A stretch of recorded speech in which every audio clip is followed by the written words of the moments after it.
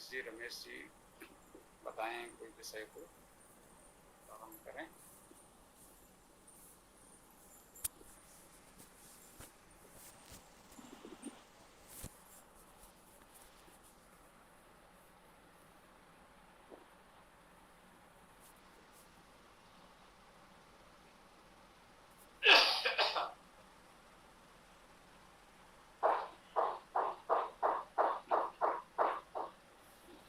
हाँ ईसा पुत्र जी, अब चर्चा प्रारंभ हो तो रिकॉर्डिंग भी आरंभ करिएगा। जी रिकॉर्डिंग ऑन है स्वामी जी। नहीं, जब बात प्रारंभ हो तभी ऑन करना चाहिए। है ठीक है। तो यदि आप लोग जो भी चर्चा प्रारंभ करनी हो, कोई विषय हो, प्रश्न हो तो बताएं, प्रारंभ किया जाए। स्वामी जी, मैं पूछना चाहता हूँ कि मुझको मानसिक रोग है, तो मेरे मन में बहुत से विचार आते हैं जो बहुत बुरे बुरे होते हैं। तो उस क्या वो पाप की श्रेणी में आएगा? और पाप की श्रेणी में यदि आएगा तो उसका क्या तो मुझको दंड भी मिलेगा? ऐसा कुछ नहीं है। संकल्प और विकल्प मन का विषय है। मन में ये प्रक्रिया सबके चलती रहती है, इसको सहज मान कर लें। इसमें कुछ भी अटपटा प्रत्याशित विशेष न समझें। ये माने ये मन का विषय है, ये सहज भाव से चलता ही रहता है, सबके मन में चलता है। बस उसमें बहुत फंसना नहीं चाहिए, उस पर ध्यान नहीं देना चाहिए। न तो उससे परेशान हो कि ऐसी बात आ रही है तो उसे कैसे हटाएं, क्या करें, न उसमें उलझे फंसे। बिल्कुल सहज भाव से रहें। मतलब उसको कहते हैं साक्षी भाव। मन में विचार आ रहा है तो आने दें, जा रहा है तो जाने दें। किसी विचार से बंधे नहीं, किसी विचार को छोड़े नहीं, भगाने का प्रयास न करें। मतलब उसके साथ बंधे नहीं। यदि हम उसे रोकने का, भगाने का प्रयास भी कर रहे हैं तो भी हम वहीं बंध रहे हैं एक तरह से उसके साथ। तो यूं समझे कि उसकी उपेक्षा करें, इग्नोर कर दें, ठीक है, होगा आया गया वो अपने आप समाप्त हो जाएगा। कोई आता भी अगर उसकी ओर नहीं देखेंगे तो कुछ देर बाद अपने आप चला जाएगा। यदि हम उससे उलझेंगे, चाहे हम स्वागत में बैठा लें या उसको भगाने लगे, लड़ने झगड़ने लगे, तो बात उसके साथ उलझ जाएगी ना, फिर तो वो बात चलती रहेगी। तो सबसे सही तरीका है इग्नोर करना, उपेक्षा करना। उपेक्षा करेंगे तो थोड़ी देर में अपने आप से समाप्त हो जाएगा। ठीक है। धन्यवाद स्वामी जी महाराज।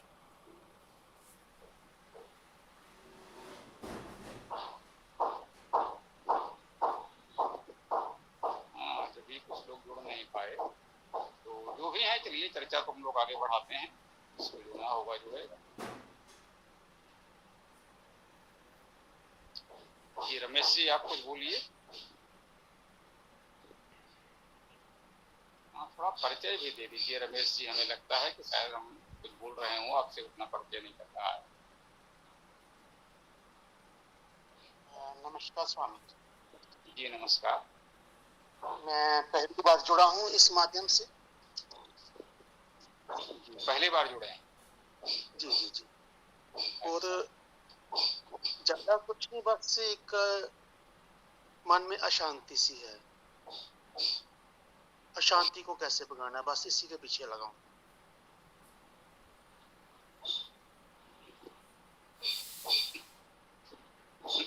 तो आप पहली बार जुड़े हैं तो आप लोग कुछ एक मौलिक जानकारी दे दें कि ये साप्ताहिक वेद कक्षा है। रविवार को प्रातः 11 बजे हम लोग करते हैं।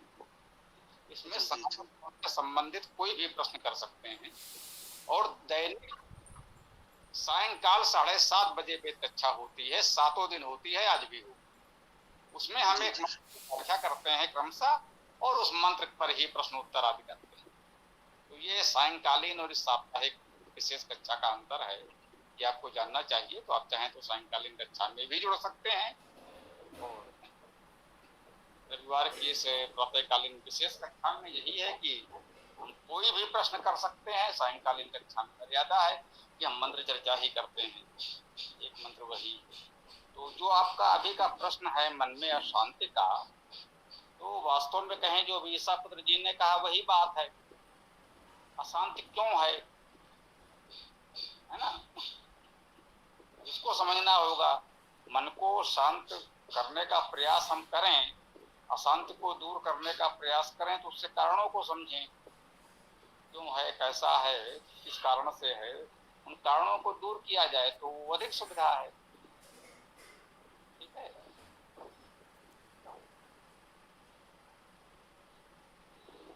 अशांति आपको क्यों लगती है, क्या कारण लगता है, क्या समस्याएं हैं, तो उस पर बात की जा सकती है।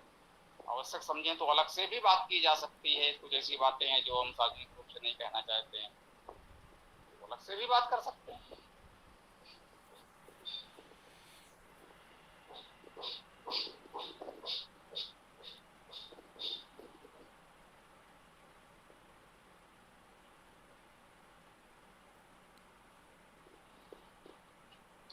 स्वामी जी, आपकी अनुमति से इसमें एक बात जोड़ना चाहता हूँ कि यद्यपि मनोविज्ञान तो हमारे शास्त्रों में है ही, उसके अलावा जो हमारे ऊपर आजकल पाश्चात्य सत्ता हावी हो रही है, उसमें मनोविज्ञान के जनक को फ्राइड को माना गया।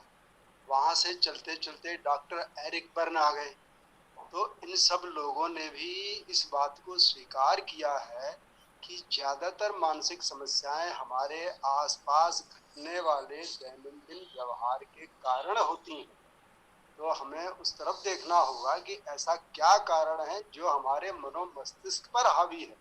तो उसको अगर धीरे धीरे हम निकालने के प्रयास करेंगे, उससे हटने का प्रयास करेंगे, उससे लड़ना नहीं है, तो ये चीज धीरे धीरे कम हो जाएगी।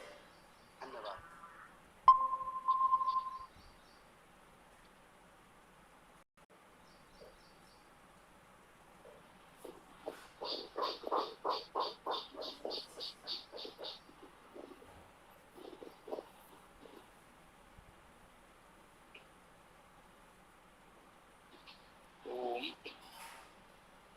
या जी आप अभी जुड़े हैं, नॉलेज लिखा हुआ दिख रहा है, स्वाभाविक है, आपका नाम तो नहीं होगा, कृपया अपना परिचय दें।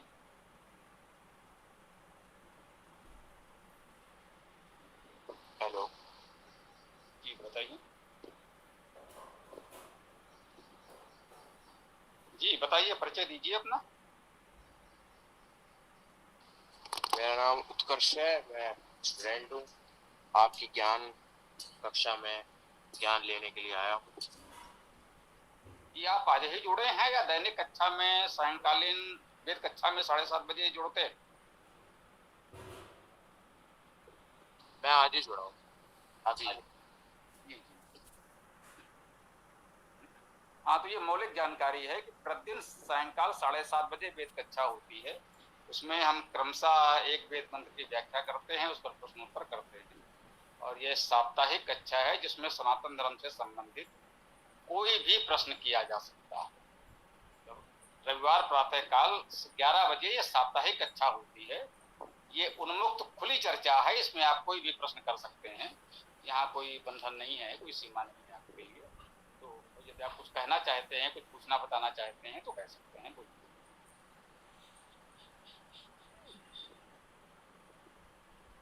जी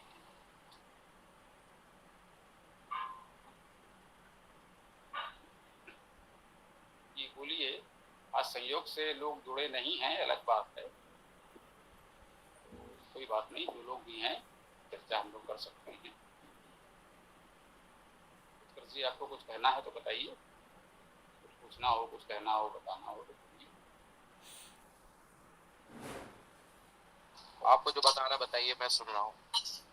अभी जब प्रश्न होगा तो मैं पूछूंगा। हाँ, मतलब ये साप्ताहिक कक्षा में यही होता है कि लोग प्रश्न करते हैं और उस प्रश्न पर चर्चा कर सकते हैं, हम भी बता सकते हैं और लोग भी बता सकते हैं।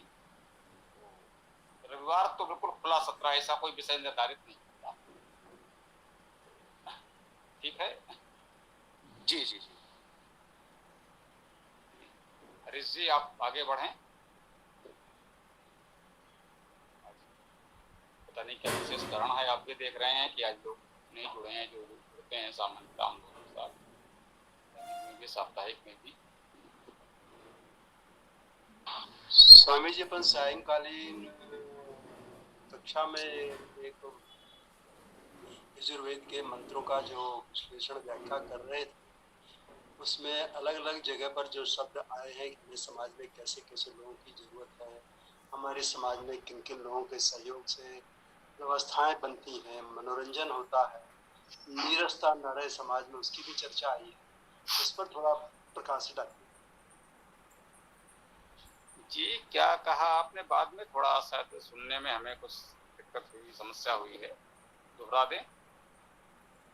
जैसे समाज में हमको नीरस ना रहे, इसके लिए हम अलग अलग प्रकार से मनोरंजन भी करते रहें और अपने आप को शारीरिक मानसिक रूप से स्वस्थ और सुदृढ़ बनाए रख करके समाज में सभी लोगों के सहयोग से व्यवस्था को बनाएं।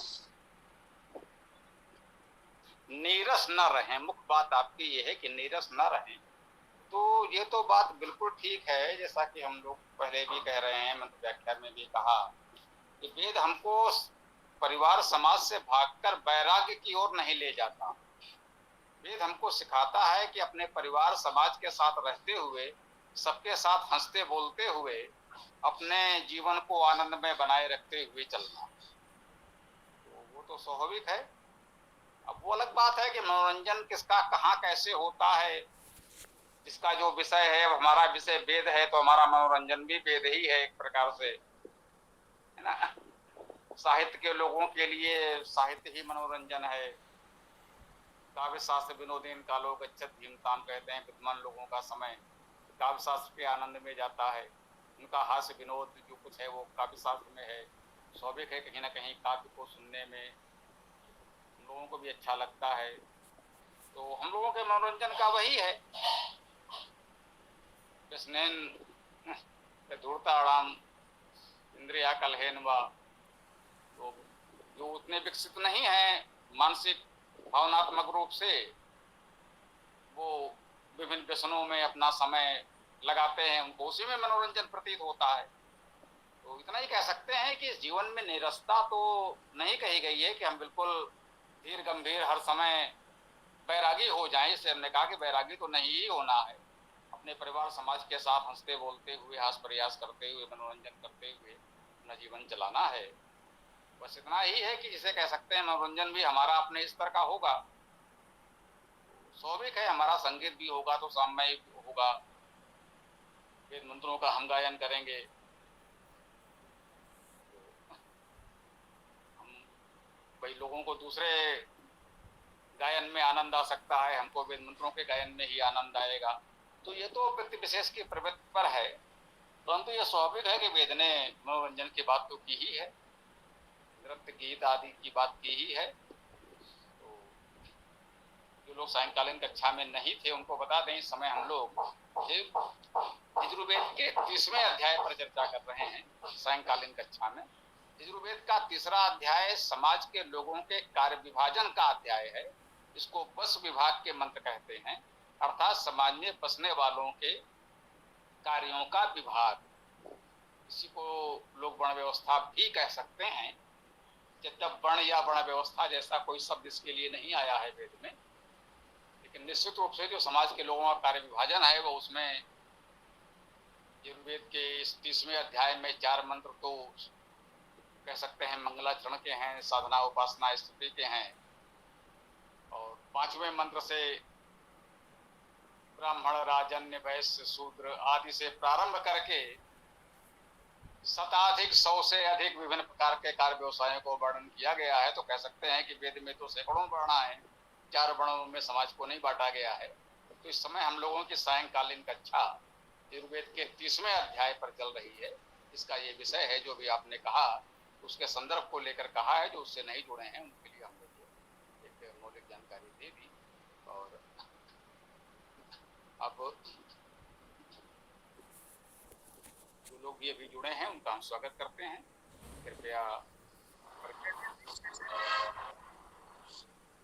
स्वामी जी, इससे एक बात ये भी स्पष्ट होती है कि वेदों में समाज के विभाजन, जाति का तो दूर दूर तक नाम नहीं है, वर्ण व्यवस्था भी संभवतः उस समय नहीं रही हो।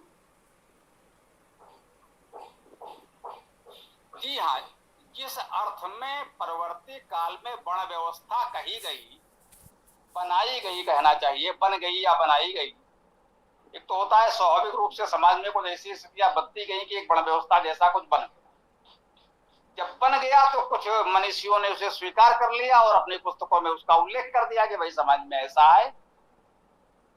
तो एक तो ये पक्ष होता है, एक ये है कि भाई कुछ लोगों ने बैठ करके विचार करके एक व्यवस्था बनाई कि समाज में ऐसा होना चाहिए, समाज को ऐसे चलाया जा सकता है।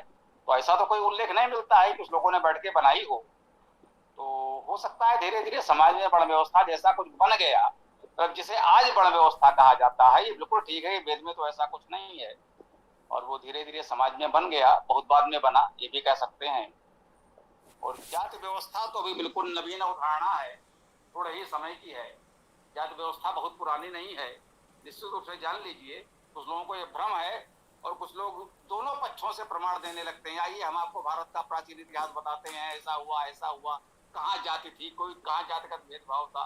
भैया हम लोग यही कह रहे हैं कि वैदिक काल में तो कहीं कोई जाति व्यवस्था, क्या वेद में तो वर्ण व्यवस्था भी नहीं है। परवर्ती काल में एक सकारात्मक कह सकते हैं गुणकर्म स्वभाव के अनुसार एक वर्ण व्यवस्था पनपी किसी तरह से, उसका समाज के लिए कुछ उपयोग रहा होगा। अब धीरे धीरे वो जाति व्यवस्था में परिवर्तित हो गई, अर्थात ये तो जड़ता आ गई, इससे समाज का पतन हुआ। ये सब देख रहे हैं कि समाज का पतन हुआ, हम पराजित हुए, पराधीन हुए, हर तरह से बदलित हुए। तो इन्हीं सब कारणों से हुए जो वेद मार्ग को छोड़ करके इस तरह की बातें हम लोग अपनाने लगे जो उचित नहीं थी, वैदिक नहीं थी, तर्कसंगत नहीं थी। तो अच्छा गुरुजी, मैं एक प्रश्न। जी बोलिए।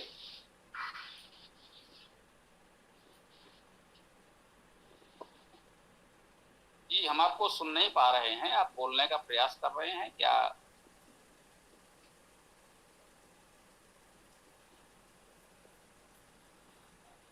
भाई इनकी ये बात किसी को सुनाई पड़ रही है क्या? कोई हमको बता सकते हैं? नहीं सुनाई पड़ रही स्वामी जी। ऐसा करें, आप अपना प्रश्न लिख सकते हैं, कोई भी पढ़ के सुना देगा।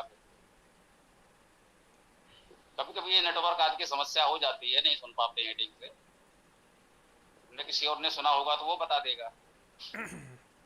क्योंकि हम अवसर सबको देना चाहते हैं, किसी को ये ना लगे कि हमने आपकी बात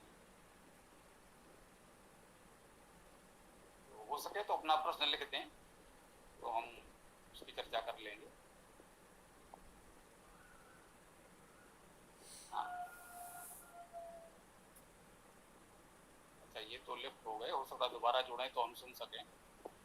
तो किसी और की कोई बात है तो बताएं। हाँ जी जुड़ गए जी, आप पुनः जुड़े हैं, फिर से अपनी बात कहने का प्रयास करें, हो सकता है हम सुन लें। मैं आवाज आ रही है? जी बिल्कुल बिल्कुल, बताइए। मैं ये कहना चाह रहा हूँ कि इंडिया में बहुत सारे लोग कहते हैं कि वैदिक काल के दौरान जो विज्ञान और टेक्नोलॉजी थी वो आज के मुकाबले ज़्यादा एडवांस थी। तो क्या इस बात में मतलब सच्चाई है या नहीं? ये चलिए अच्छा प्रश्न है, कुछ लोगों के भ्रम का निवारण हो जाएगा।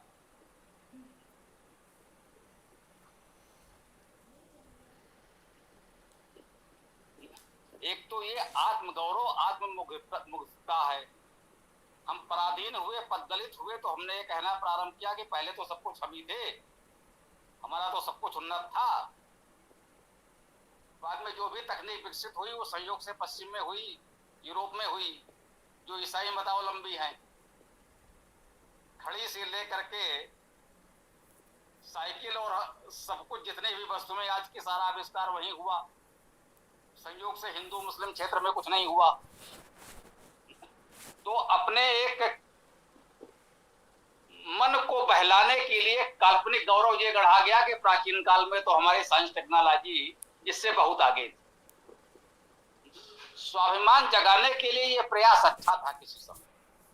जी मैं ये कह रहा हूं, एक अंधकार का ऐसा समय आया कि हम बिल्कुल निराशा की स्थिति में थे।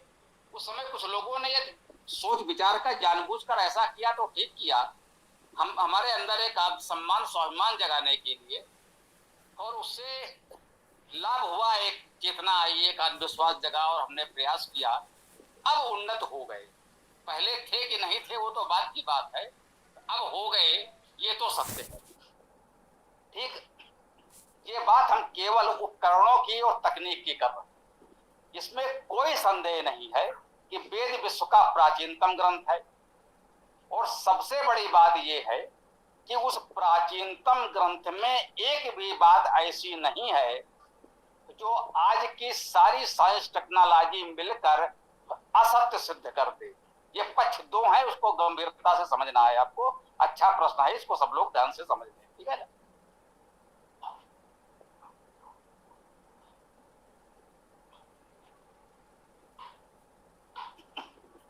अगर ये कहें कि आज आपके हाथ में जो ये मोबाइल है जिससे हम लोग बात कर रहे हैं, ये कहा जाए वैदिक काल में इससे अच्छे फीचर वाले, इससे अच्छे उन्नत मोबाइल थे, तो निश्चित रूप से ये हास्यास्पद है।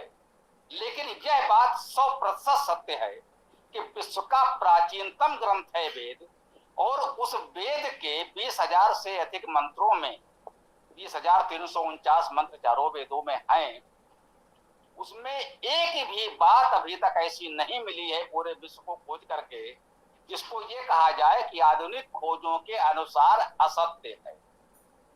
आज की सारी साइंस टेक्नोलॉजी वेद में है, ये कहना ठीक नहीं है।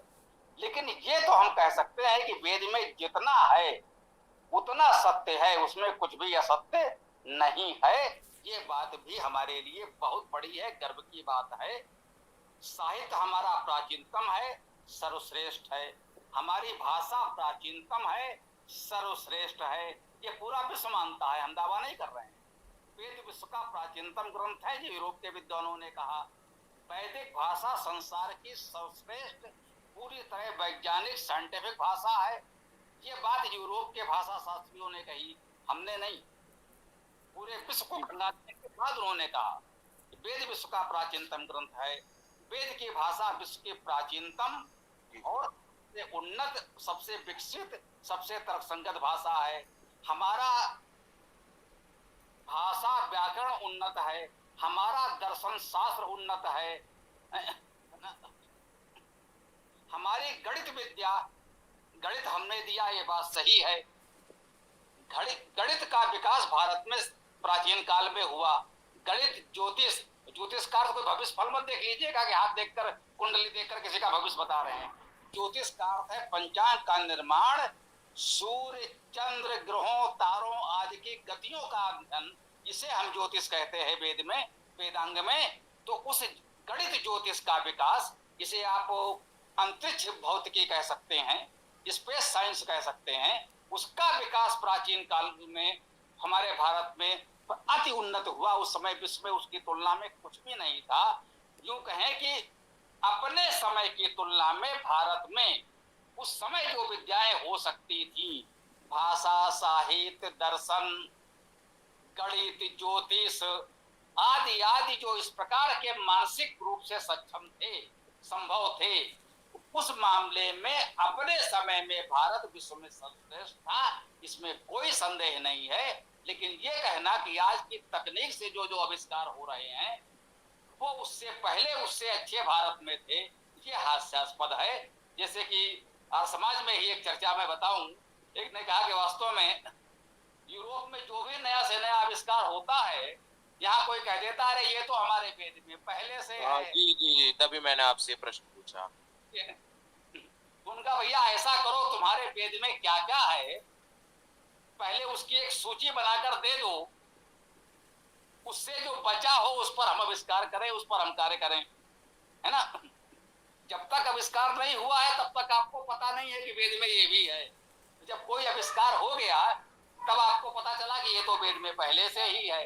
अरे भाई, वेद में पहले से ही है तो उनको आविष्कार करने में इतना परिश्रम क्यों करना पड़ा? आप पहले ही बता देते, वो तो आप कभी बता नहीं पाते। तो ये मैं समझता हूँ ये वेद का भी उपहास है, वेद का भी अपमान है। वेद कोई साइंस टेक्नोलॉजी के ग्रंथ नहीं है। हमें यह समझना है वेद हमारा जीवन दर्शन है, वेद हमारे जीवन का, समाज का संविधान है। वेद हमको जीवन जीना सिखाता है, हमें परिवार में, समाज में कैसे व्यवहार करना चाहिए वो हमको वेद सिखाता है। वेद विश्व का प्राचीनतम साहित्य है, वेद विश्व का प्राचीनतम संविधान है, वेद विश्व का प्राचीनतम दर्शन है। और सर्वश्रेष्ठ भी है, इसमें कोई संदेह नहीं है। लेकिन जो नया यंत्र उपकरण खोजा जाएगा वो साइंस टेक्नोलॉजी वेद में है। ये कहना मैं कहना चाहता हूँ दृढ़ता से, यह वेद का उपहास है, वेद का अपमान है, ऐसा नहीं करना चाहिए। ओ बोलिए, हमारी बात पूर्ण हुई है? जिसको जो बोलना हो बोलिए। किसी को प्रश्न करना हो तो कर लें।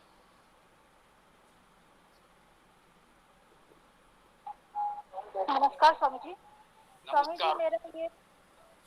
मेरा ये प्रश्न था कि अक्सर लोग कहते हैं कि जिस दिन बालक का जन्म होता है उस दिन जो चंद्रमा की स्थिति होती है उसका प्रभाव पड़ता है। अगर सकारात्मक प्रभाव पड़ता है, अर्थात तो यदि बालक पूर्णिमा के दिन पैदा होता है तो वो अच्छे कार्य करता है, तेजस्वी होता है। अगर वही अमावस्या के दिन जन्म होता है तो उसका नकारात्मक प्रभाव पड़ता है, जिससे कि वो बुरे काम करता है, मतलब ऐसा कुछ कहा जाता है।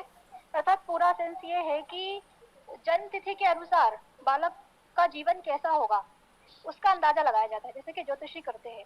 तो इस पर कुछ बोल दीजिए कि क्या ये सही है? यदि ये सही है तो बच्चे का जन्म होते ही उसकी कुंडली बनाकर उसका भविष्य जान लिया जाए तो संसार में अनेक बुरे काम करे उससे पहले ही क्यों ना उसे मृत्युदंड दे दिया जाए, समाज उन बुराइयों से बच जाएगा। क्या ऐसा कोई कानून बनाया जा सकता है? तब तो सरकार संसद से अपील करें कि यही कानून लाएं कि बच्चे का जन्म लेते ही तत्काल ज्योतिषी जी वहां बैठे हों और उसकी कुंडली बनाकर दें इसे क्या करना है, और तत्काल यदि उसे अच्छा बनना है तो आज से ही वो उसे संत महात्मा मार्स की सारी सुविधाएं सम्मान देना प्रारंभ कर दें, और यदि उसे बुरा बनना है तो तत्काल उसको मृत्यु के घाट उतार दें, समस्या समाप्त हो जाएगी। ये तो निहायत रूप से हास्यास्पद है, मूर्खतापूर्ण है, इसका कोई अर्थ ही नहीं है। जी गुरुजी, मैं किसी जोशी से बात कर रहा था तो बता रहे थे कि सूर्य सिद्धांता जो बुक है उसमें भी जो एस्ट्रोलॉजिकल जो हमारी प्रेडिक्शन की जाती है वो युगों के लिए इस्तेमाल की जाती थी, और वो किसी के जीवन को जो है जैसे हम कहते हैं प्रेडिक्ट करना, तो वो शायद नहीं कर सकती है। जी आपने ठीक बात कही, मैं यही कहने जा रहा था, लेकिन थोड़ा सा ये मर्यादा का ध्यान रखें कि जो हम बोल रहे हैं तो हमारी बात पूरी हो जाने दें, उसके बाद अपनी बात रखें। जो बात मन में आई है थोड़ा सा वो संभाल लें। जी जी जी तो रखें, अच्छा लगेगा। क्योंकि अगर एक व्यक्ति बोल रहा है दूसरा बीच में बोलेगा तो व्यवस्था थोड़ी बिगड़ जाती है। आपने जो कहा बिल्कुल ठीक कहा, मैं वही एक तरह से आगे अपने तरीके से कहने का प्रयास कर रहा था कि ये कहना कि जन्म लेते ही सब कुछ तय हो जाएगा, सब कुछ उसी प्रकार से हो जाएगा, तो क्या ये संभव है? ये व्यवहारिक रूप से संभव ही नहीं है। कुंडली बनती है तो कितनी देर में कुंडली में कितना परिवर्तन होता है। एक ही दिन विश्व में करोड़ों बच्चों का जन्म होता है, क्या उन सबका व्यवहार, आचरण, भाग्य, भविष्य एक समान होगा? क्या यह संभव है? निश्चित रूप से संभव नहीं है। जुड़वा बच्चों का भी स्वभाव, व्यवहार, भविष्य अलग अलग देखा गया है। तो जन्म के समय से सब कुछ निर्धारित हो जाएगा, ये तो असंभव है। यदि इस पर वास्तव में तर्कसंगत कुछ खोज की जाए, हो सकता है कि जैसे चंद्रमा का प्रभाव कहते हैं, समुद्र का ज्वार भाटा आदि लोग उदाहरण देते हैं, आता है। पूर्णिमा अमावस्या आदि को देखते हुए प्रभाव समुद्र के ज्वार भाटे पर पड़ता है, ठीक बात है। चंद्रमा निकटतम आकाशीय पिंड है और उसके आकर्षण शक्ति का प्रभाव पृथ्वी पर पड़ेगा। अब स्वाभाविक है, जो ठोस धरातल है, भूमि है, पर्वत तो उठेगा नहीं ऊपर कि उसके आकर्षण से उठ जाए। केवल वायु और जल है जो उसके आकर्षण के प्रभाव से, जब उसकी आकर्षण शक्ति बढ़ जाती है, पूर्णिमा को पूरा चंद्रमा होता है तो वो उछलने लगता है, ये स्वाभाविक है। तो इन प्राकृतिक घटनाओं को उदाहरण दे करके और मनुष्य के भविष्य की बात करना, ये तो किसी हालत में किसी प्रकार से उचित नहीं कहा जा सकता। हम तो यही कह सकते हैं, हो सकता है कोई सूक्ष्म प्रभाव हो, उसका अध्ययन किया जाए और कोई निष्कर्ष निकले तो उसका कुछ उपयोग हो सकता है तो किया जाए। लेकिन ये तो नहीं हो सकता कि किसी व्यक्ति के जन्म समय को देखकर उसकी कुंडली बनाकर उसका पूरा भविष्य तय कर दिया जाए, घोषित कर दिया जाए। ये तो असंभव है। मैंने चुनौती दी है, कोई ज्योतिषी आ जाए अटेंडम सहज किन्हीं 100 लोगों की कुंडली देखकर वो भविष्यवाणी कर दे, 1 वर्ष का किसी का कोई जीवन बता दे, 1 क्लास के बच्चों का, और देख लीजिए उनका क्या परिणाम निकलता है, उसको पता नहीं कौन बच्चा किस विद्यालय का है, कहाँ का है। बच्चों को आप 100 विद्यार्थियों की कुंडली देकर के उनसे उनका भविष्य पूछ लीजिए। आप, मैं कहता हूँ 100 ज्योतिषी को बुलाइए और उनकी कुंडली ले लीजिए, नाम आदि हटा करके उन 100 लोगों को एक दूसरे की कुंडली बांट दीजिए, कृपया इन कुंडलियों का भविष्य बता दीजिए। ये इस बच्चे के अनुसार अब तक उनके जीवन में क्या क्या हुआ होगा, क्या आगे होने वाला है, उसके बाद देखिए उनके जीवन में क्या ऐसा कुछ घटित हुआ है, तो बिल्कुल नहीं हुआ होगा। आज तक किसी भी ऐतिहासिक घटना की भविष्यवाणी नहीं की जा सकी है। अगर यही होना था तो फिर इतिहास में हम किसी को अच्छा या बुरा क्यों कहते हैं? फिर रावण बुरा क्यों है, राम अच्छे क्यों है? सब उनके जन्म समय कुंडली का प्रभाव है। मम्मी फिर इसको हम ले जाओ ना। किसी को भी अच्छा बुरा नहीं कह सकते। किसी ने देश के साथ द्रोह किया, कोई देशद्रोही था उसकी जन्म कुंडली में होगा, कोई बड़ा देशभक्त बलिदानी क्रांतिकारी था उसकी कुंडली में होगा, तो उस बेचारे का क्या दोष है, क्या गुण है, तो किसी को सम्मान अपमान दिया जाए? कोई देशद्रोही था तो था, उसमें उस बेचारे का क्या दोष है, जन्म कुंडली में रहा होगा, तो हम क्यों किसी को कुछ ऐसा कहते थे, है ना? तो ये सोचने की बात है, ये पूरी तरह से व्यवहारिक दृष्टि से असंभव है, हो ही नहीं सकता। अब आप अपनी बात कहें जिसको भी। जी गुरुजी, यही पूछा था। बहुत बहुत धन्यवाद।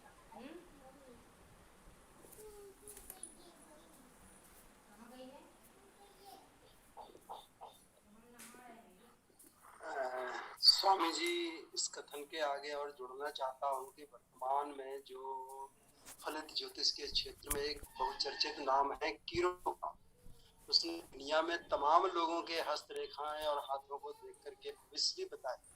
यहाँ तक कि तत्कालीन सोवियत संघ के अंदर जब उसके पास एक महिला पत्रकार पहुंची थी हाथों की छाप लेकर, तो देखते देखते एक व्यक्ति का छाप उसने फेंक दिया। महिला पत्रकार ने पूछा इसको क्यों फेंक दिया? बोले जो अंधा है इसका क्या भविष्य होगा? तो वही कीरो के आखिरी जीवन के दिन जेल में कटे। अचानक बैठे बैठे अपनी दुरावस्था पर विचारते उसका ध्यान गया अपने हस्तरेखा पर, तो वही कीरो आखिरी में अपनी इस पुस्तक में लिखता है कि जो लोग persons those are determined for their destination they can change their fate, अर्थात जो लोग अपने कर्तव्य और कार्यों के प्रति दृढ़ निश्चित हैं वे लोग अपने भविष्य को भी बदल सकते हैं। धन्यवाद। जी हाँ, समर्थ लोग अपना भविष्य नहीं पूरे समाज, राष्ट्र, विश्व का भविष्य बदल सकते हैं। हम यही तो कहते हैं, मनुष्य को कर्म स्वतंत्रता मिली हुई है, मनुष्य अपने कर्म से सब कुछ बदल सकता है। यहाँ कर्म से भाग्य बदलती, श्रम निष्ठा कल्याणी। हम बिल्कुल कहते हैं श्रम में, परिश्रम में हमारी निष्ठा है, हम अपने कर्म से भाग्य बदल सकते हैं। भाग्य कुछ नहीं होता, हमारे कर्म के अधीन होता है यदि कुछ होता है। बताइए।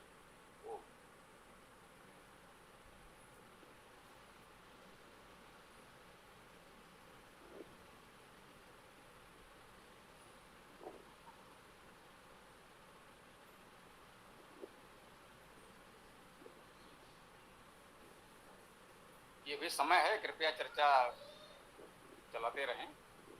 जिसको जो भी कहना पूछना है बताइए। आप तो पर्याप्त लोग जुड़ भी गए हैं, कोई बात नहीं, चर्चा हो सकती है, ये रहनी चाहिए। बोलिए।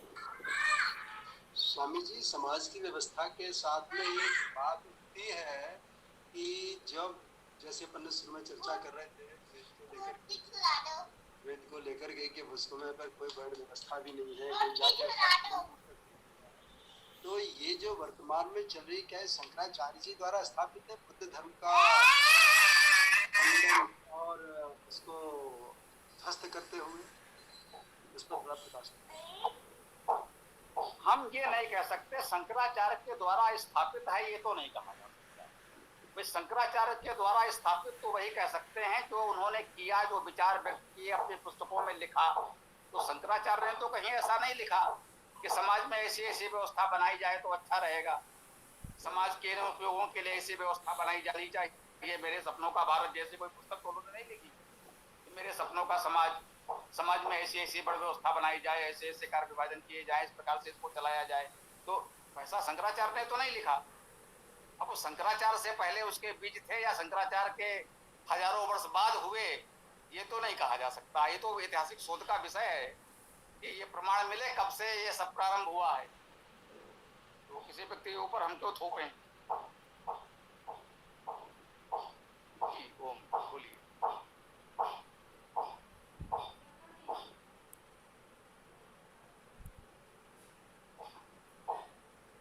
ये बताएं, किसी को कुछ भी कहना है, कोई प्रश्न है तो बताइए।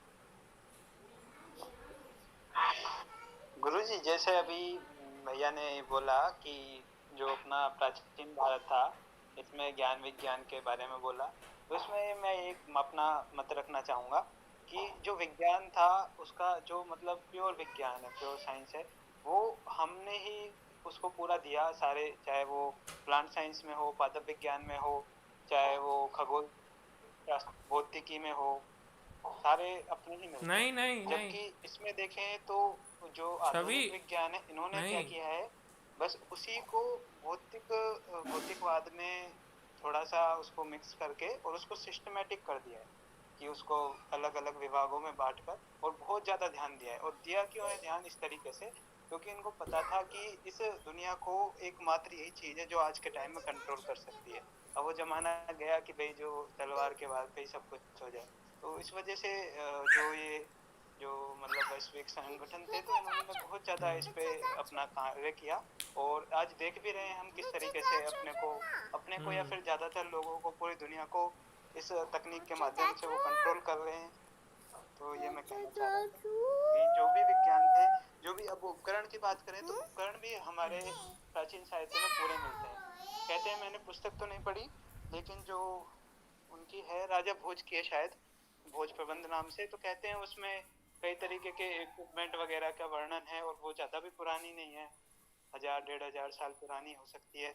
तो उस तरीके से तो भारत में होने को तो कुछ स्थायी जब भी प्रमाण मिलते हैं। हमने आज तो लिखे नहीं होंगे वो ग्रंथ, और लिखे भी होते तो यूनिक नहीं होते, वो उसकी आधुनिक विज्ञान की तरह ही होते। तो यूनिक है यानी उनमें कुछ तो था। तो जैसे अपना इक्विपमेंट की बात करें तो अब सर्जरी होती है, तो सर्जरी बिना इक्विपमेंट के नहीं हो सकती। तो जो भी थे, लेकिन थे उस टाइम, मतलब भौतिकवाद को दूर करके ना, जितनी भी चीजें हो सकती थी।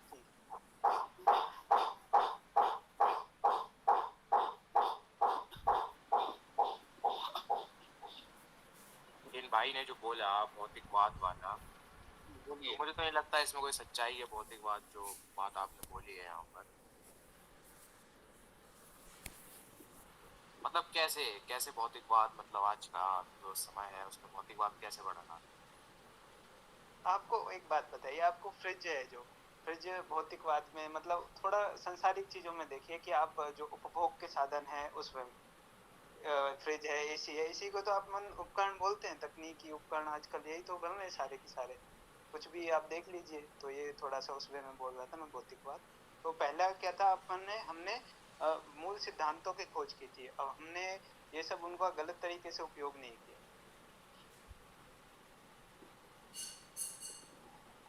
नहीं, जो आपने राजा भोज वाली बात बोली, उसमें आपने कहा विमान के वर्णन है, तो वो एरोडायनेमिकल थोड़ी ना है। नहीं, एरोडायनेमिकल नहीं है, लेकिन मैकेनिकल तो है, उतना ही पर्याप्त है। पर मैकेनिकल चीज कैसे उड़ सकती है? आप अगर मैकेनिकल चीज में, जैसे बच्चे हैं वो कागज का जहाज बनाते हैं, एक तरीके से वो भी मैकेनिकल ही है।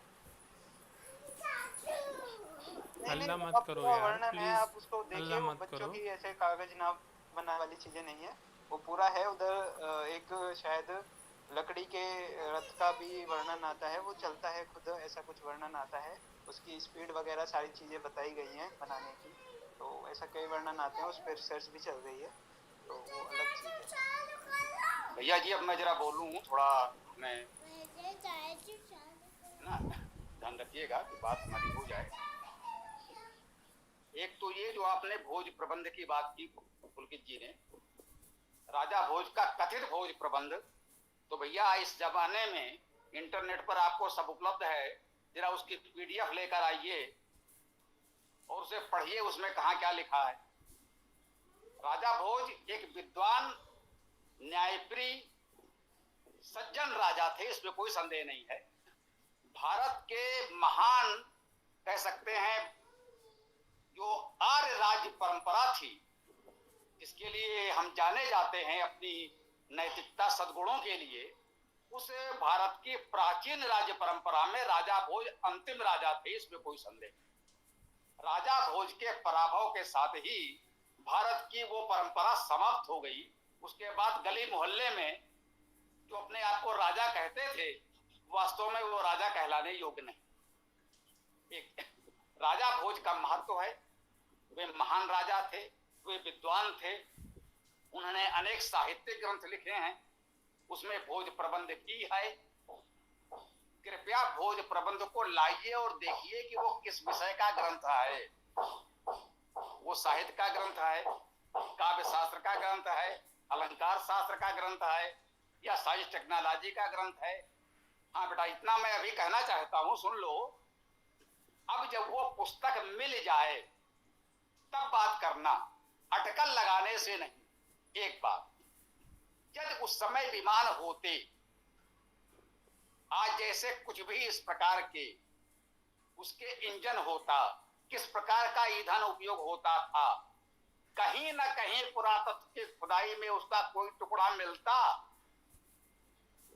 सब कहां एकदम से गुम हो जाएगा।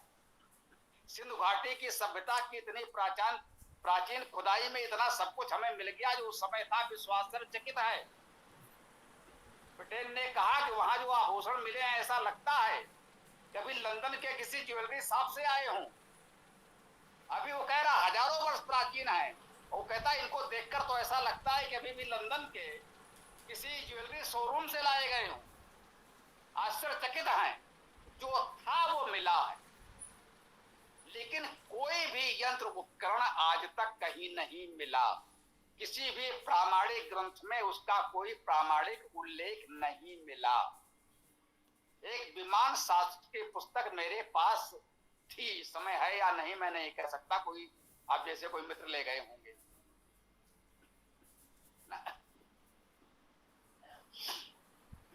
जो बात आपने कही प्योर साइंस, मैं यही कहता हूं, वेद में प्योर साइंस है, अप्लाइड साइंस नहीं है, यही मुख्य बात समझिए। प्योर साइंस जो सिद्धांत रूप में कही जा सकती थी, जो हम पर्वत की कंदराओं में, फूस की झोपड़ियों में बैठकर सांसारिक साधनों के तनाव से मुक्त होकर सहज भाव से देख सकते थे, उन बौद्धिक विषयों का विकास हमने बहुत अच्छा किया। साइंस और उसमें एक जो प्राकृतिक के प्रमुख सत्य थे, उन सत्यों की हमने खोज कर ली। वही साइंस के मूलभूत सिद्धांत हैं। गुरुत्वाकर्षण आप जो भी कह लीजिए, आप ये कहें गुरुत्वाकर्षण की खोज हमारे यहाँ पहले हो गई थी, सत्य है। परमाणु की अवधारणा हमारे यहाँ कणाद ने पहले से दे दी थी, ये सत्य है। लेकिन आप कहें परमाणु बिजली घर चलते थे, परमाणु बम बनते थे, ये असत्य है। परमाणु का कॉन्सेप्ट, परमाणु की अवधारणा भारत ने दी, ये ठीक है। धीरे धीरे परमाणु का स्वरूप, उसकी खोजें बदलती गई, बढ़ती गई। डाल्टन का परमाणुवाद, जाने किस किस का परमाणुवाद आता चला गया और आज क्या स्थिति हो गई। पहला परमाणुवाद कणाद का है, कॉन्सेप्ट देने का आश्रय हम देते हैं। तो ये ध्यान दें, जितने सैद्धांतिक विषय हो सकते थे, बौद्धिक स्तर पर हो सकते थे, उसमें हम आगे थे। जहां तक यंत्र उपकरण की बात है, तो जो हम अपने घर में चाकू उपयोग करते हैं, वही भी एक यंत्र उपकरण है। इस प्रकार से आयुर्वेद में शल्य क्रिया का उपयोग है, 100 यंत्रों का उपयोग है, और कहता है अंत में आपका हाथ सबसे बड़ा उपकरण है। सारे उपकरण का उपयोग आपको उसी से करना है। इसका अर्थ ये नहीं है कि आप कह दो कि वो ओपन हार्ट सर्जरी करते थे। शल्य क्रिया होती थी, उस समय की परिस्थिति के अनुसार जितना संभव था शल्य क्रिया भी हमारे यहाँ होती थी। एक फोड़े को चीरना भी शल्य क्रिया है। इसका अर्थ ये बिल्कुल नहीं है कि हृदय प्रत्यारोपण होता था। ये सब हमें देखना होगा कि वहां वो किडनी ट्रांसप्लांट करते थे, तो ये हमें देखना होगा। शल्य क्रिया थी, जिस स्तर पर थी, युद्ध होते थे, लोग घायल होते थे, उनकी चिकित्सा की जाती थी। तो आयुर्वेद हमारा बहुत विकसित था, इसमें कोई संदेह नहीं। व्यवहारिक रूप से आयुर्वेद बहुत विकसित था।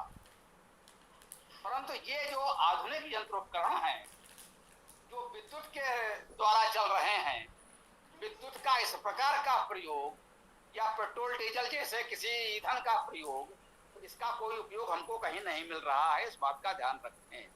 और इसके बाद तब करें, जब वो पुस्तक खोज लें, उसमें पढ़ लें और उसका उद्धरण, उसका पृष्ठ आप यहाँ शेयर करने की स्थिति में हो कि देखो इस पुस्तक में यहाँ पर ये है, हम अवश्य सुनेंगे।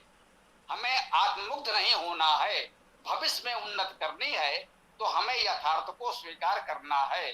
हम कहते हैं यदि आपको आगे बढ़ना है, शिखर पर जाना है, तो पहला पग आपको वहां रखना है जहां पर आप हैं। आपको यहाँ सोचना है कि पहला पग, पहला कदम आपको किस दिशा में कैसे रखना, ये आपको ध्यान रखना होगा। अभी थोड़ा सा इन कुहासे, मैं कहूंगा, आत्ममुग्धता से बाहर निकल करके ठोस धरातल पर खोजें। तो ये प्रयास करें, भोज प्रबंध खोजा जाए, अति प्राचीन नहीं है, केवल 1000 वर्ष प्राचीन है। उपट का यजुर्वेद भाष्य राजा भोज के समय का ही, और राजा भोज के बाद ही तो पूरे देश में गली मोहल्ले में अलग अलग अपने अपने कह सकते हैं चलाने वाले राजा हो गए। उनको आप क्या कहें, कोई ऐसा शब्द हम प्रयोग नहीं करना चाहते हैं, ये ठीक है। तो उन ग्रंथों की खोज की जाए, और ये भी मत कह दीजिएगा कि हमारे तमाम प्राचीन ग्रंथ नष्ट कर दिए गए। सिंधु घाटी की खुदाई में इतनी इतनी बातें हमको मिल गई हैं, ऐसा नहीं हो सकता कि इतना बड़ा हवाई जहाज है कहीं ना कहीं टूटा फूटा ना मिलता आज तक हमको, ये संभव नहीं था। तो हमें थोड़ा सा व्यवहारिक होना पड़ेगा और उस पर हमें आगे बढ़ना पड़ेगा। अच्छा लगा, चर्चा ने एक सही दिशा ली है। आगे बोलिए, जिसको भी जो भी कहना है कहिए। ओम।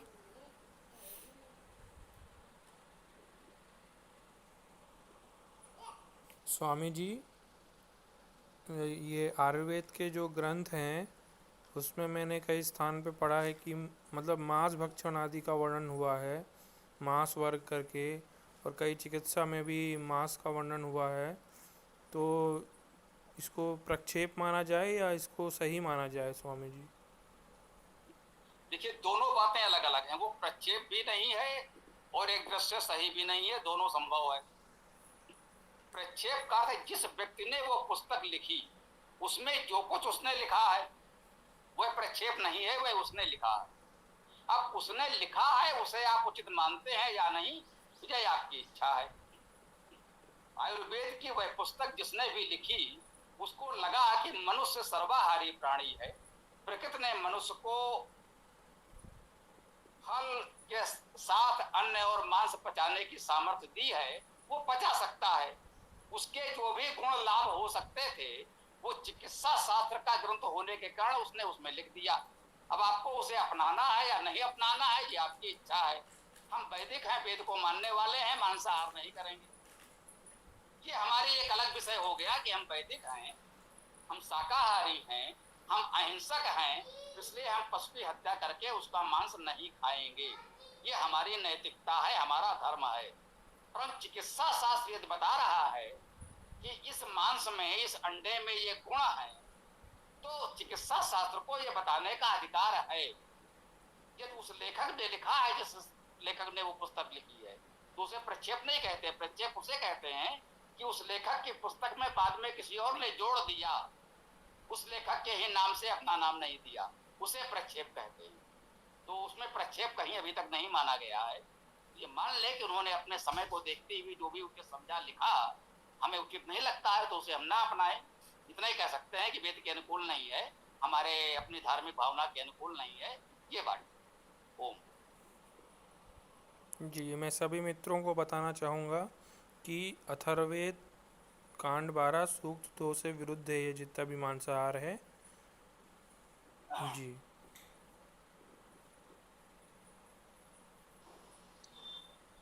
आप सबके साथ में एक चीज और जोड़ना चाहता हूँ। जैसा स्वामी जी ने बताया कि मनुष्य एक सर्वाहारी जीव है। हम अगर अपने दांतों के विन्यास को देखें तो शुरू के दांत हमारे थोड़े से पहने हैं, पतले भी। उनके साइड में ऊपर नीचे दाहिने बाएं एक एक करके 4 दांत लंबे और नुकीले हैं। उनके पीछे मोटे मोटे दांत हैं जिन्हें अपन लोग बोलचाल में दाढ़ या जाड़ कहते हैं। तो इस तरह से हमारे दांतों में 3 तरह के कार्य होते हैं। ये हुई एक बात। दूसरी बात आई मांसाहार की, तो सब लोगों के अपने शरीरगत, भौगोलिक और समसामयिक परिस्थितियों के अनुसार भोजन के अपने अपने स्वाद और प्रकार भी बदलते हैं। जैसे जब वेदों की हम बात करते हैं तो भारत के अलावा भी बड़ी दूर तक जो हिस्सा जाता है, जिसे कभी कभी सत्यनारायण कथा में कहा जाता है रेवा खंडे चतुर्थो अध्याय पंचमो अध्याय। तो रेवा खंड का मतलब ये हुआ कि पृथ्वी इस समय सारी की सारी रेवा खंड कहलाती है। उसके बाद आर्यावर्त बना, आर्यावर्त से टूटा फिर भारत रहा, भारत भी टूट करके हिंदुस्तान, पाकिस्तान, बर्मा, श्रीलंका, ये सब अलग अलग हो गए। तो हम लोग आज की तारीख में हिंदुस्तान में, पाकिस्तान में भी नहीं है, बांग्लादेश और श्रीलंका, बर्मा में भी नहीं है। तो इसलिए ये बात सिर्फ उतनी दूर तक सीमित हो सकती है, लेकिन मनुष्य एक सर्वाहारी जीव है, ये बात निहायत सत्य है जो स्वामी जी ने कही।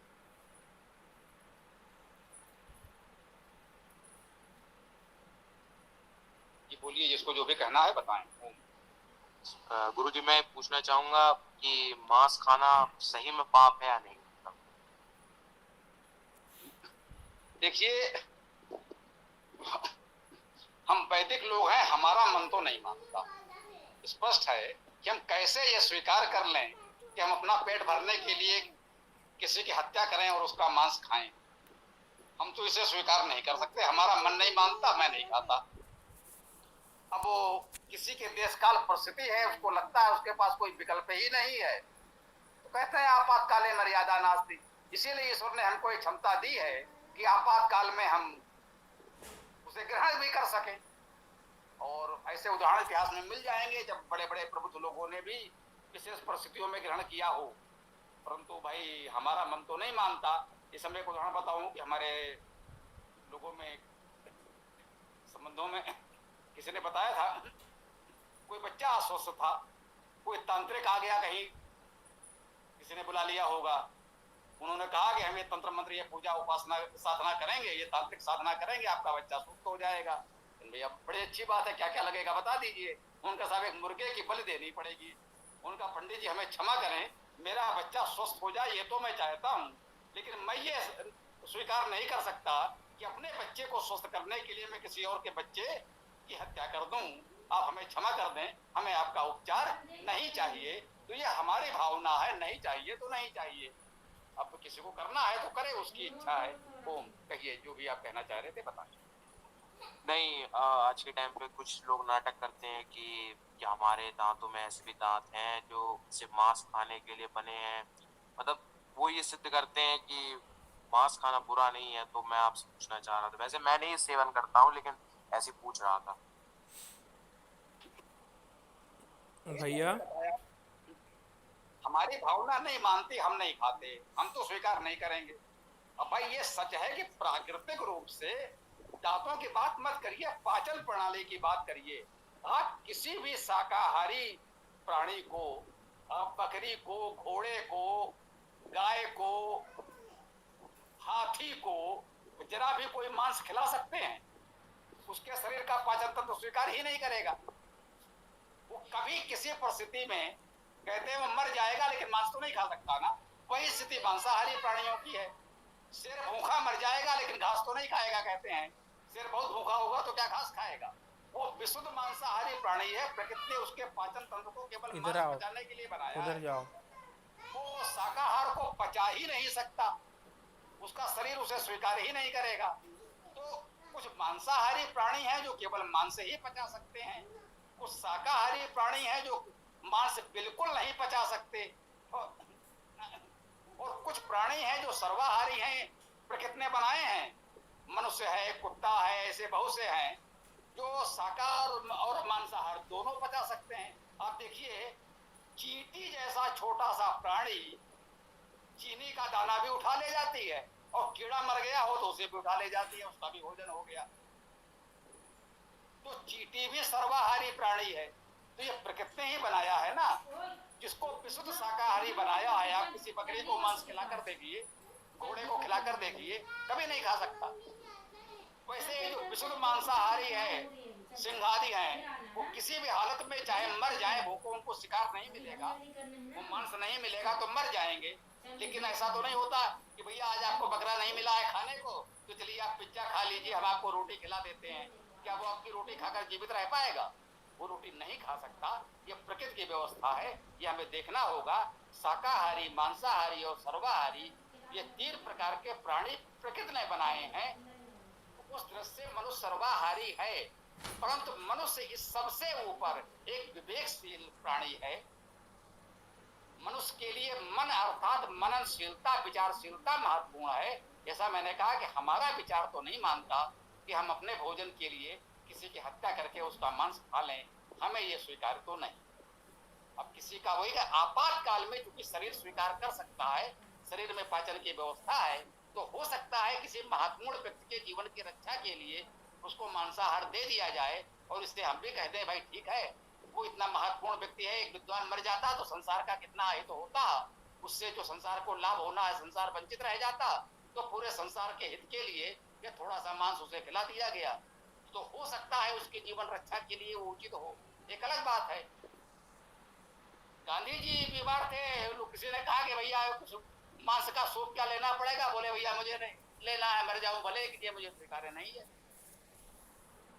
चिकित्सक ने कुछ और छोड़ने को कहा, उनकी पत्नी को भी, तो उन्होंने कहा भाई डॉक्टर की सलाह माननी चाहिए, क्योंकि उन्होंने ऐसी कोई बात नहीं कही थी कि भाई उन्होंने कहा मीठा छोड़ दो या खटाई छोड़ दो, तो उन्होंने कहा भाई चिकित्सक की सलाह माननी चाहिए, स्वास्थ्य ठीक रहता है, मान लीजिए। जब चिकित्सक ने कहा मांस खाना होगा, उन्होंने कहा भैया ऐसी सलाह मैं नहीं मानता, चलो निकल लो, हम जिए या मरे लेकिन नहीं मानेंगे। तो वो हम विचारशील हैं और उस रूप में हमें अपना निर्णय करना होगा। बोलिए। नॉलेज वाले भैया, ये आपका उत्तर मैं देता हूँ और अच्छे से। अथर्ववेद कांड 12 सूक्त 2, इसमें आप देख लेना, मांसाहार का बहुत कठोर शब्दों में खंडन किया गया है, और ये भी कहा गया है कि हम मांसाहार करने वालों के साथ भी ना बैठें जिस समय, और ये भी कहा गया है कि मांसाहार रूपी बुराई से लगातार द्वेष धरो, ऐसा वेदों में है, इसलिए मांसाहार तो वेद विरुद्ध है ही जी। अरे मेरे यहाँ सब आस पड़ोस सब खाते हैं, ऐसे करते हैं फिर तो शहर से बाहर निकलना पड़ेगा। यही मैंने कहा है, व्यवहारिक बने, हमें नहीं खाना है हम नहीं खाएंगे, जिसको खाना है वो खाएगा, पूरा संसार मेरे अनुसार तो नहीं चलेगा। ये हमें स्वीकार करना पड़ेगा कि पूरा संसार मेरे अनुसार नहीं चलेगा, अपने अनुसार हम चल सकते हैं, पूरे परिवार पर भी नहीं थोप सकते, अन्यथा परिवार में ही विवाद हो जाएगा, समस्या उत्पन्न हो जाएगी। नहीं, केवल मांस नहीं है, कोई भी विषय हो, आप दूसरे पर मत थोपिए, आपको जो करना है करिए, उसका हित आपका होगा, दूसरे पर थोपने का प्रयास न करें, इसी में सुरक्षा है, अन्यथा फिर जीवन कठिन हो जाएगा। ओम बोलिए। जिस समय मांसाहार कर रहे हैं उस समय, हेलो, मेरा कहने का मतलब ये था, उसको तो उसे फल मिलने करेगा। ये सब इनको बोलिए, अरुण जी बोलिए, एक एक करके बोलिए, वैसे आवाज नहीं आएगी। बोल रहे हैं जो जैसे चाहेगा तो उसको तो उससे फल मिलना ही है। जो गलत करेगा तो गलत फल गलत मिलेगा, जो अच्छा करेगा वो अच्छा फल मिलेगा। सोच अपना बढ़िया रखना है, अपना बढ़िया सोच देना है सबको, तभी ये सुधार सकेगा, अन्यथा मुश्किल है। समाज में हर तरह के आदमी लोग हैं, गुरु जी बताए ना, अभी जिसको जो खाना है खाएगा, नहीं हमको नहीं खाना, हम नहीं खाएंगे।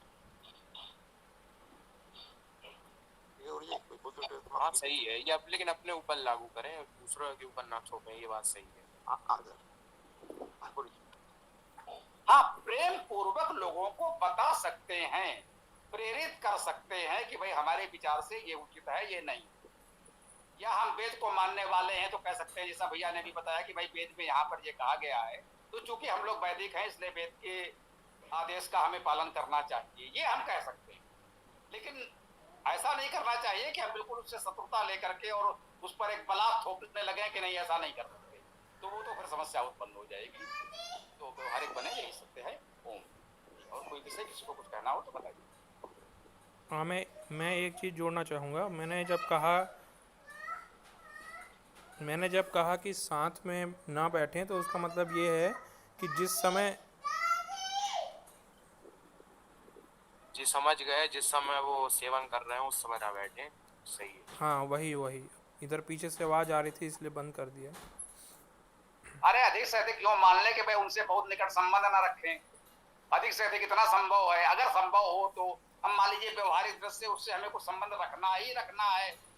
सामाजिक कुछ व्यवस्थाएं ऐसी हैं कि हमें उसके साथ रहना ही है, तो भैया हमें उसके घर आना जाना भी पड़ेगा, संबंध भी रखना पड़ेगा। तो वही बात है कि उस समय यथासंभव टाल दें।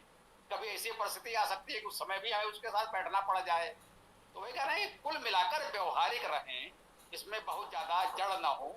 हम यही निवेदन कर सकते हैं। वो कोई और विषय हो तो लें, मुझे लगता है ये विषय तो पर्याप्त हो गया। कोई और बात किसी को करनी हो तो कह सकते हैं जी। इस कक्षा में सनातन धर्म से संबंधित कोई भी चर्चा कर सकते हैं, स्वतंत्र हैं। अगर उनकी कुछ और आपको कहना हो, कोई प्रश्न हो तो आप कह सकते हैं।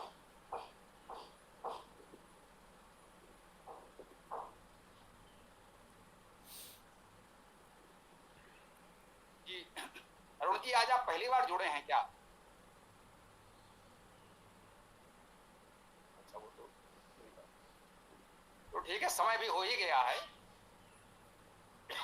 गुरु जी जी आप पहली बार जुड़े हैं तो परिचय दे दे। आज पहली बार जुड़े हैं।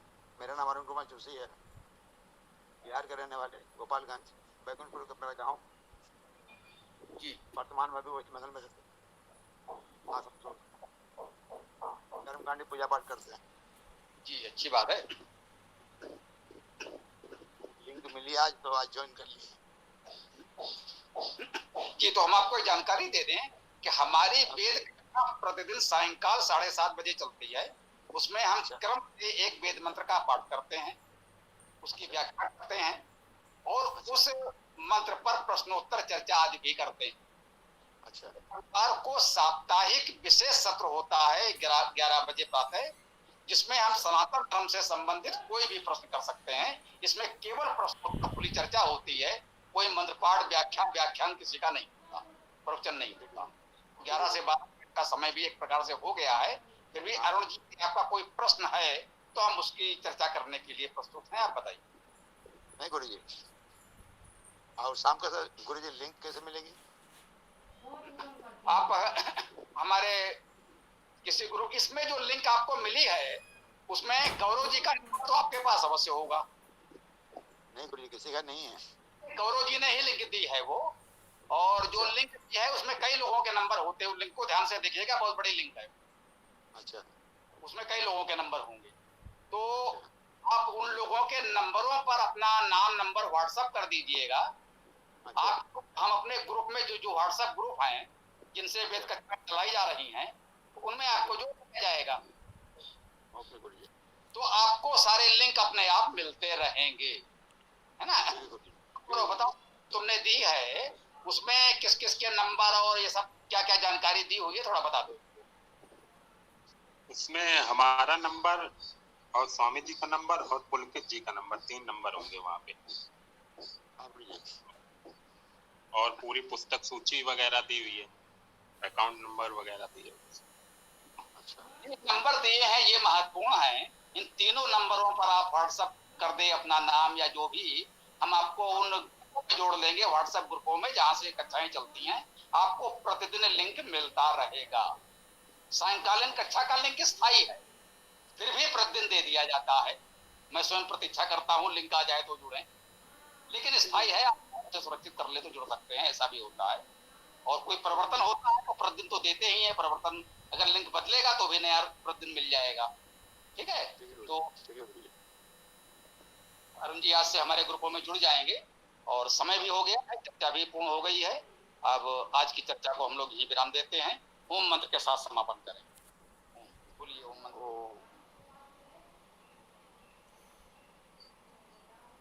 ओम यो असौ आदित्य पुरुषः सो असौ अहम् ओम खं ब्रह्म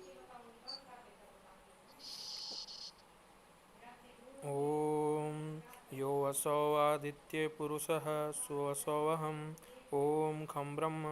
ओम खम ब्रह्म। सबको सादर नमस्ते। मुझसे जय श्री महाकाल।